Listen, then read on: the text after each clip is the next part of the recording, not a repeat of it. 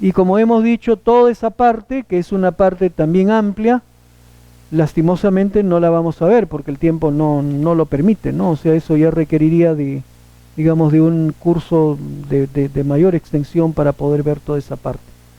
Nosotros lo que vamos a referirnos es básicamente a los métodos en sí, o sea, bajo la premisa de que ya tengo la información de la tormenta de diseño, lo que vamos a tratar de ver es cómo podemos proceder con algunos de los métodos. No vamos a tampoco ver los 11 métodos o 12 métodos, vamos a ver solo algunos de ellos, ¿ya? Los demás, algunos están en la literatura, otros los encuentran en el mismo manual del ministerio, ¿no? El manual del ministerio también hace referencia a varios de los métodos. ¿Qué métodos vamos a comentar? Vamos a comentar el método, la fórmula racional, porque es una fórmula muy empleada, es una fórmula además muy simple, esta de acá. Su única limitación es que se aplica a cuencas pequeñas, o sea, no la puedo utilizar en cuencas grandes. Vamos a hacer referencia a estos métodos.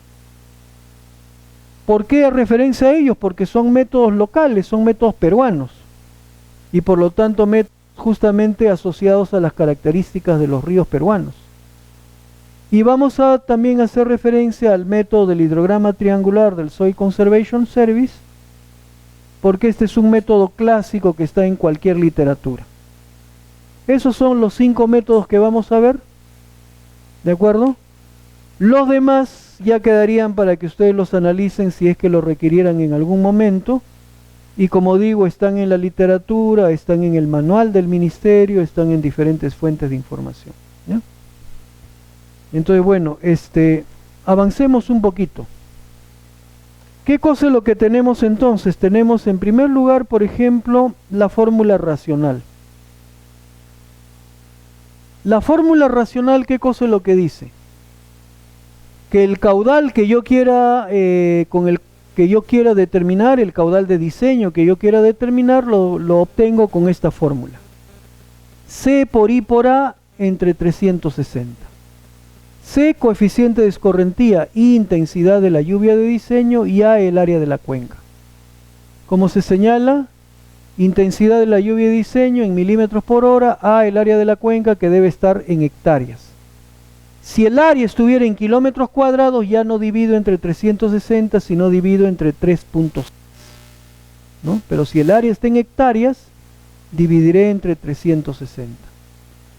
De alguna manera, si ustedes ven, I, intensidad de lluvia es milímetros por hora, o sea, es tasa de lluvia, ¿no? ¿Cuál es la intensidad con la cual llueve a lo largo del tiempo? Entonces ustedes verán que, por ejemplo, si acá yo tengo intensidad, que de alguna manera es una lámina, pero por unidad de tiempo, lámina por área me estaría dando volumen, y volumen por unidad de tiempo me está dando caudal. Solamente que I por A, ¿qué representaría? Representaría el caudal llovido, que yo tengo que multiplicarlo por un coeficiente C, porque no todo lo que llueve escurre.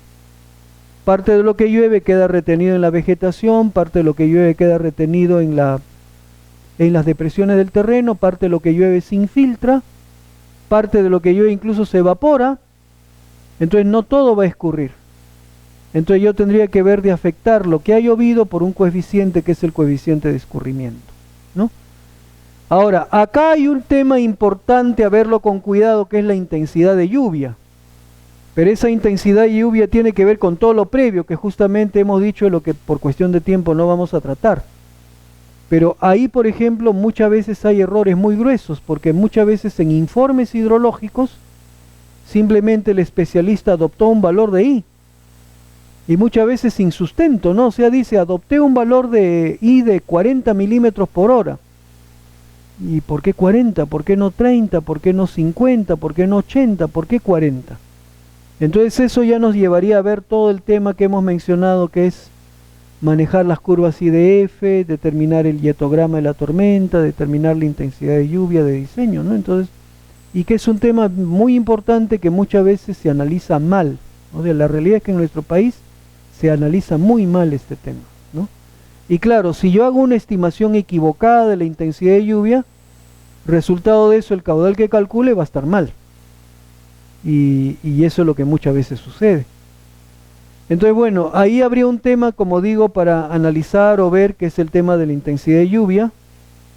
El área de la cuenca colectora no es problema, porque el área de la cuenca colectora es la delimitación que yo la puedo hacer pues por diversos medios, como se puede efectuar actualmente.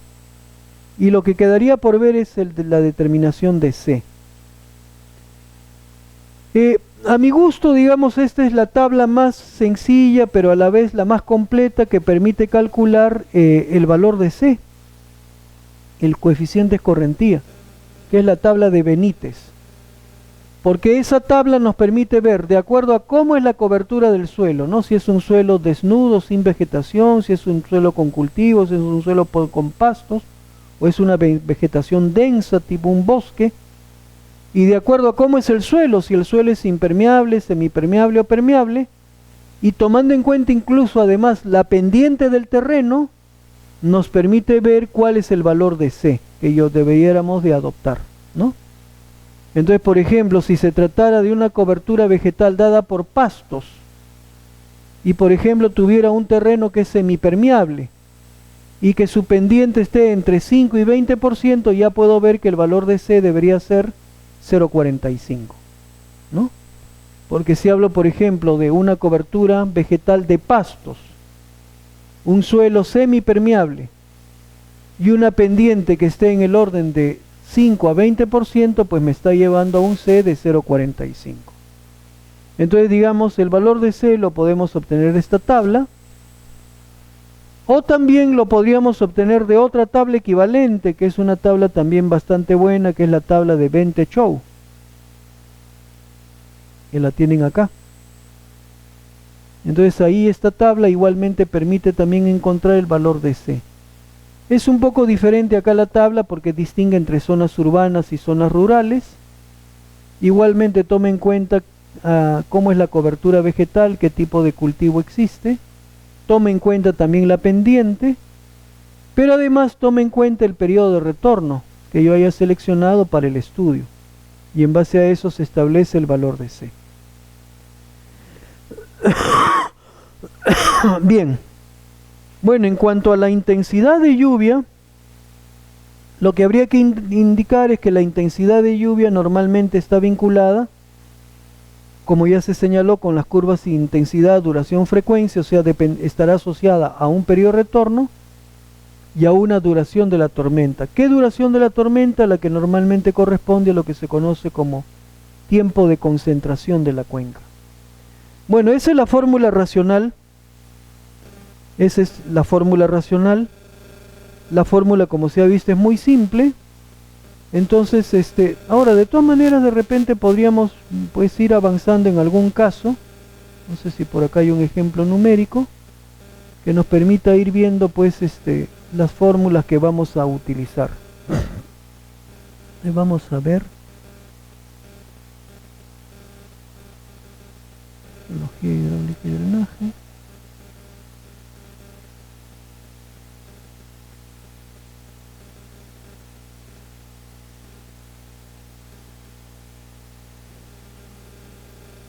Bien.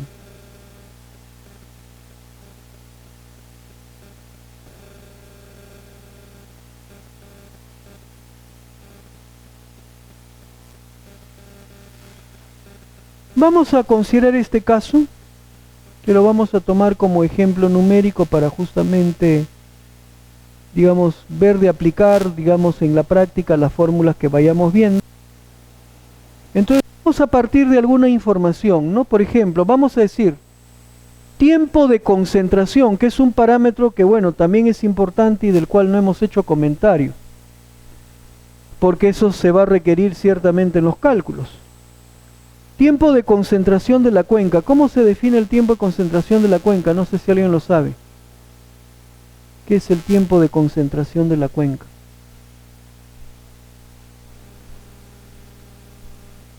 Que ese es algo que vamos a tener que... O sea, eso forma parte de todo el aspecto hidrológico que hay que tomar en consideración, ¿no? Que como hemos dicho, varios aspectos no vamos a entrar a verlos en detalle.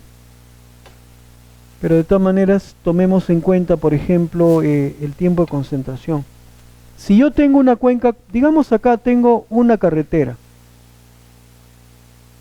Y esta carretera de acá se cruza con una quebrada. Acá viene una quebrada. Y por esta quebrada evidentemente baja un caudal. Yo acá voy a tener que proyectar de repente una alcantarilla. Voy a tener que proyectar de repente una alcantarilla. ¿Para qué? Para que el agua de la quebrada pase por ahí. Entonces, ¿qué es lo primero que tengo que ver? ¿Cuál es el área portante? Y el área portante será el área de toda la cuenca colectora, digamos, toda esta, digamos que sea el área portante. Ese es el área portante. Que por acá pueden haber algunos tributarios de esta quebrada, ¿no? De repente algo así, ¿no? Pero lo cierto es que todo lo que drena por acá, finalmente, ¿a dónde escurre? Escurre por acá. Entonces, el tiempo de concentración, ¿cómo se define? El tiempo de concentración se define como el tiempo que le toma a la gota de agua que cayó en el punto más remoto, en recorrer todo hasta finalmente descargar por el punto de salida. O sea, por este punto. Hasta ahí. El tiempo que le toma a la gota de lluvia de hacer todo este recorrido, eso es lo que se toma como tiempo de concentración de la cuenca. Lo cual, ¿qué me asegura? Que me asegura que si yo tomo como referencia ese tiempo de concentración, eso lo que me asegura es que toda la cuenca está drenando, toda la cuenca está aportando al punto de salida. Entonces, ese tiempo de concentración no vamos a ver ahora las fórmulas, en realidad, pero digamos hay varias fórmulas que permiten calcularlo. La fórmula de Kirchhoff, la fórmula de la Federal Aviation Administration, en fin, hay diferentes fórmulas. La fórmula de Temes mismo, la fórmula de Bentechow, y en fin, hay la fórmula de Hathaway, hay diferentes fórmulas. Pero digamos, es importante conocer ese tiempo. Y entonces por eso acá en este ejemplo, que vamos a ver, ya un poco se nos está dando el tiempo de concentración, ¿no? T sub C sería ese tiempo de concentración. Por otro lado, vamos a decir lo siguiente. Vamos a decir de que la lluvia máxima de diseño en 24 horas es 100.98 milímetros, ¿no? O sea, lo que habíamos dicho, tengo que partir de un registro histórico de precipitaciones máximas en 24 horas y encontrar la precipitación máxima de diseño. Entonces vamos a decir que esa precipitación máxima de diseño fuera 100.98. Vamos a decir por otro lado que se ha seguido todo un procedimiento, como ya se indicó antes, de determinar las curvas IDF, de efectuar el cálculo o la determinación del hietograma, y hemos finalmente arribado a una intensidad de lluvia de diseño que sea de 11.22 milímetros por hora. Y finalmente que el área de la cuenca sea 45 kilómetros cuadrados, ese es el área drenante, esta área. Que esta área sea, por ejemplo, como estamos diciendo, 45 kilómetros cuadrados. Todo el área portante. Entonces, si quisiéramos saber cuánto vale el caudal con la fórmula racional, pues aplicamos la fórmula. La fórmula que hemos visto hace un momento.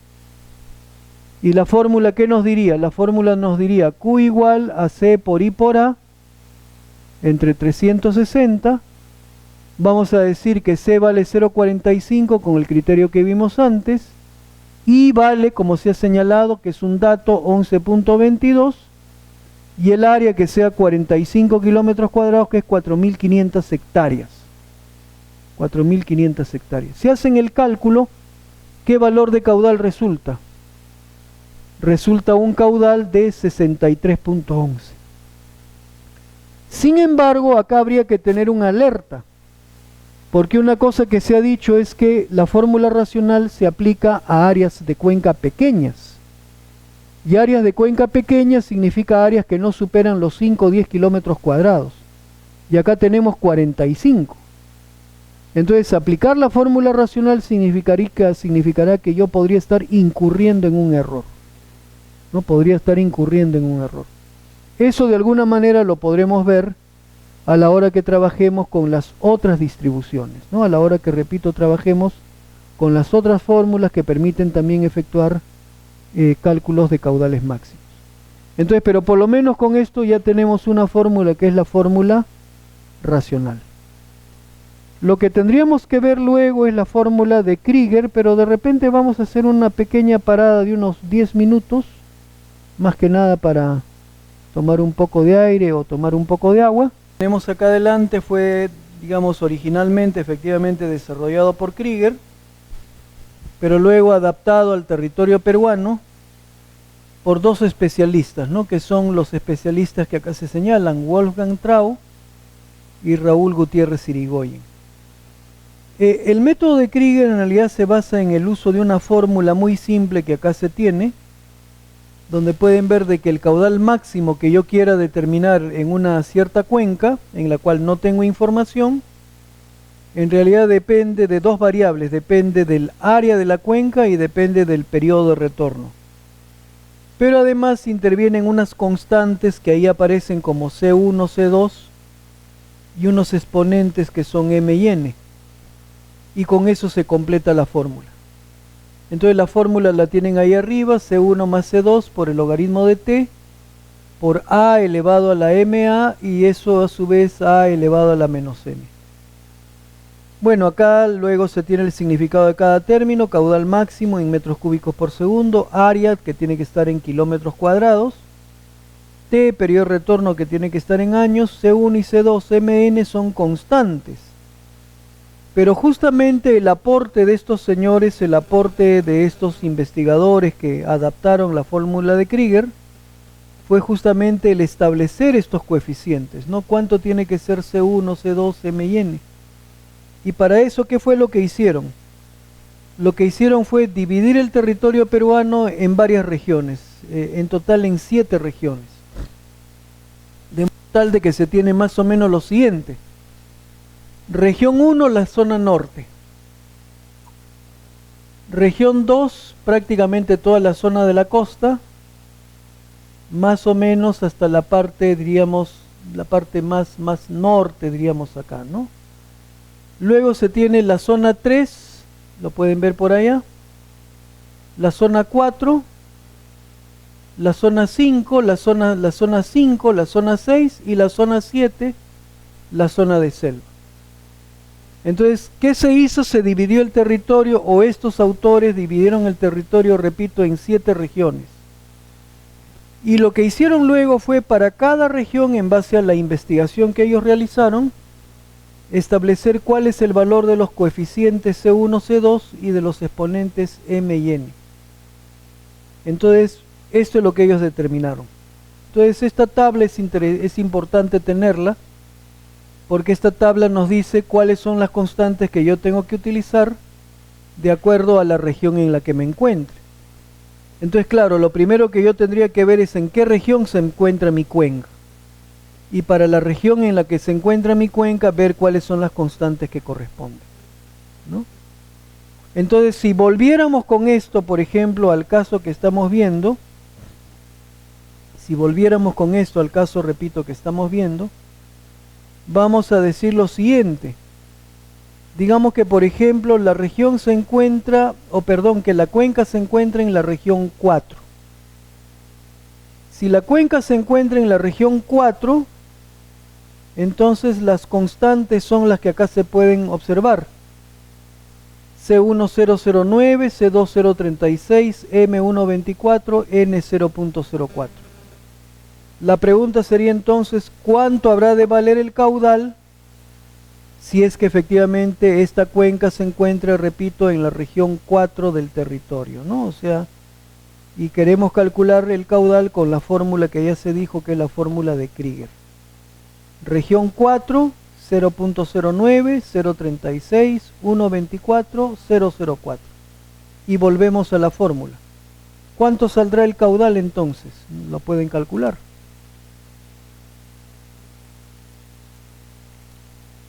¿Cuánto saldrá el caudal?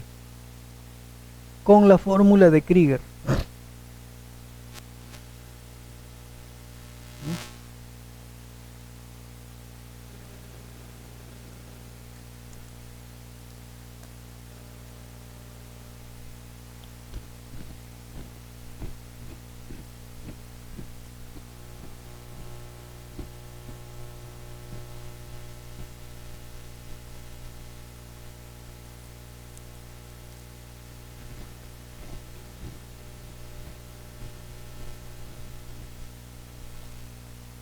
C1, C2, Cm y N ya lo tienen. El área hemos dicho que era 45 kilómetros cuadrados. El periodo de retorno, ¿se acuerdan? Era 500 años. Entonces, ¿cuál es el valor que se obtiene? De acuerdo con la fórmula de Krieger.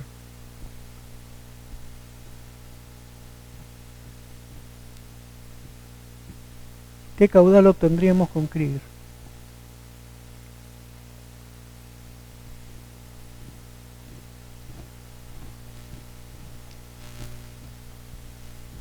Estamos viendo el mismo ejemplo.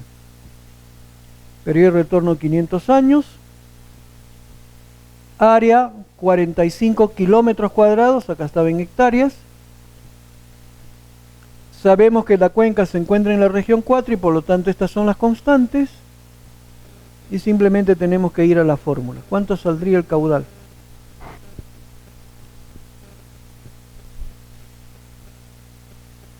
No sé si lo han determinado.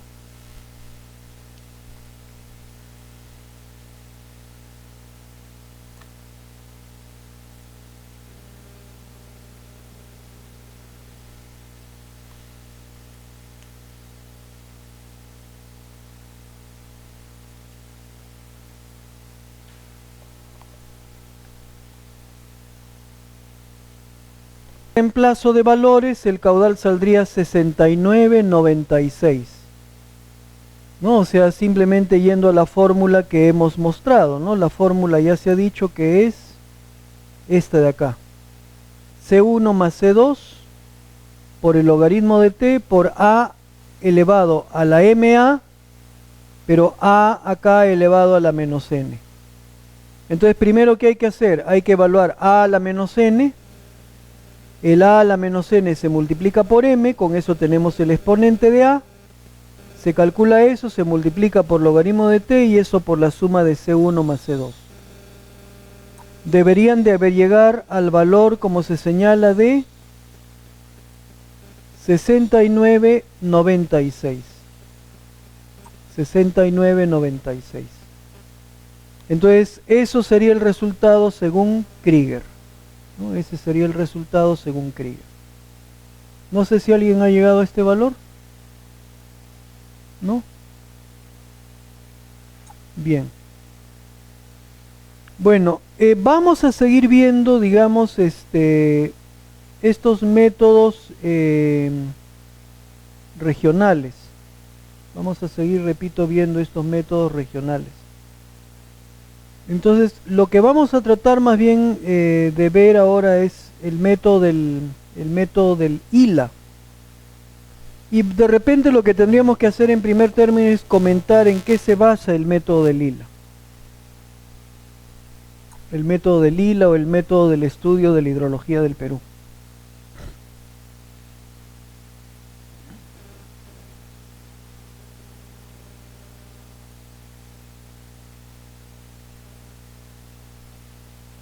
¿Qué cosa es lo que hizo el estudio de la hidrología del Perú?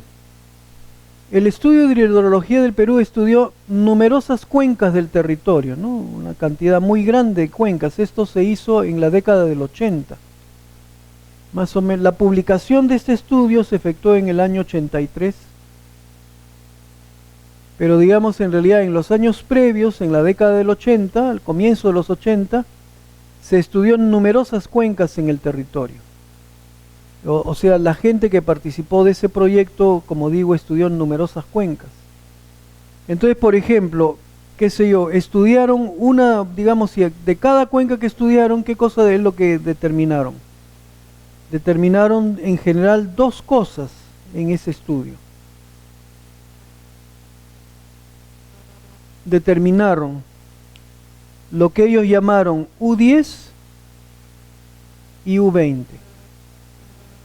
¿Qué cosa era U10 u U20? Digamos, de acuerdo al estudio efectuado, era el caudal máximo correspondiente a un periodo de retorno de 10 años dividido entre el área de la cuenca. Eso era U10. Y por otro lado, ¿qué cosa era U20 o qué es U20? El caudal máximo para un periodo de retorno de 20 años igualmente dividido entre el área de la cuenca. En otras palabras, U10 y U20 vienen a ser los rendimientos de la cuenca para periodos de retorno de 10 y de 20 años respectivamente. Y esos valores fueron documentados por el estudio. O sea, por ejemplo, ellos estudiaron una cierta cuenca y entonces dijeron, esta cuenca tiene un valor de U10 de tanto y esta cuenca tiene un valor de U20 de tanto. ¿De acuerdo?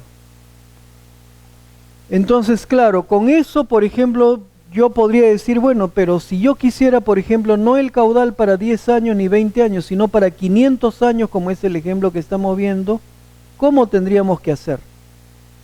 Entonces, claro, alguien podría decir, bueno, si yo acá, por ejemplo, conociendo U10 lo multiplico por A, tengo el caudal máximo para 10 años. Si el U20 lo multiplico por A, tengo el caudal máximo para 20 años. Y yo podría decir lo siguiente, graficar esto y decir, por ejemplo, periodo de retorno 10 le corresponde Q máximo 10. Q máximo 10. Y por ejemplo, 20 le corresponde Q máximo 20. Q máximo 20. Y podría decir, si tengo 500 y para ese periodo de retorno quiero el caudal, entonces acá extrapolo. Extrapolo y determino cuál es el caudal para 500. Q de 500. ¿Pero eso estará bien? No está bien, porque la relación no necesariamente es lineal. Entonces tendría que basarme en alguna distribución, por ejemplo la distribución Gumbel, que es una distribución que hemos visto, para tratar de ver más bien cuál sería el valor que correspondería efectivamente, por ejemplo, para un periodo de retorno de 500 años, ¿no? Entonces tendría que basarme en alguna distribución. Por ejemplo, podría ser en la Gumbel. Pero dirán ustedes, pero bueno, ¿y esto para qué me sirve? Me sirve bastante. ¿Por qué? Porque, por ejemplo, si yo tengo una cuenca, digamos que es la que yo voy a estudiar,